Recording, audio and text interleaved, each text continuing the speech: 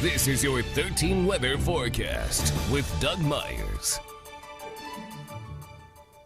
Well, it felt more like the end of April today. Certainly a big change from what we saw just a couple days ago where we had snow on Wednesday. And we're going to continue with unseasonably warm temperatures for the next 3 days before we get back to more winter-like temperatures this upcoming Wednesday. As we take a look at high temperatures across the state, highs were in the 60s and 70s. We even had some low 80s in some spots, 81 in Hayes, 81 in Liberal. Here in northeast Kansas, we were in the low 70s, 73 in Concordia, which actually broke the record. The record here in Topeka was 71, so that 68 was not a record, but still very comfortable for this time of year. 43 would be considered average, and we did start the day off at 29 degrees. And just to give you perspective of what we had last year on this date, had a high of only 16 degrees with a low of 6 and a trace of precipitation. So a big difference from this state last year to this year, and we are certainly going to enjoy a couple more unseasonably warm days, although it's not going to be quite as warm as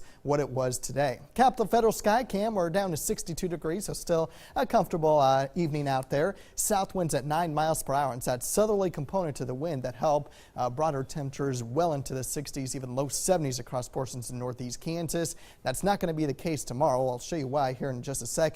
Down to 56 in Hiawatha, 55 in Lawrence, 61 in Manhattan, and 66 degrees in Concordia. Tomorrow, high temperatures will be a little bit cooler, mostly in the 60s, 70s down along the Oklahoma and Kansas border.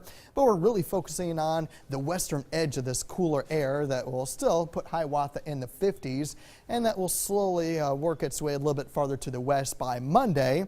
This particular computer model has us in the upper 40s for Topeka, but we certainly could reach the lower 50s.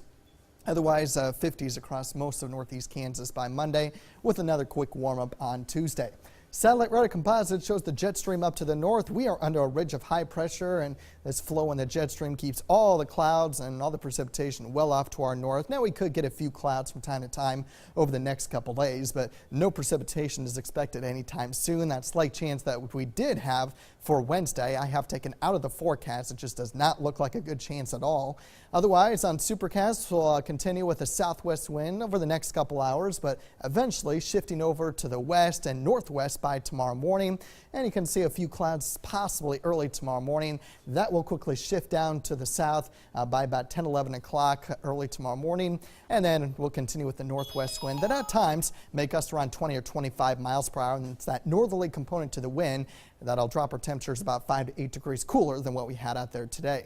So 40 degrees for tonight under mostly clear skies, 62 tomorrow, northwest wind 10 to 20 miles per hour, 51 Monday, but back up to 60 on Tuesday.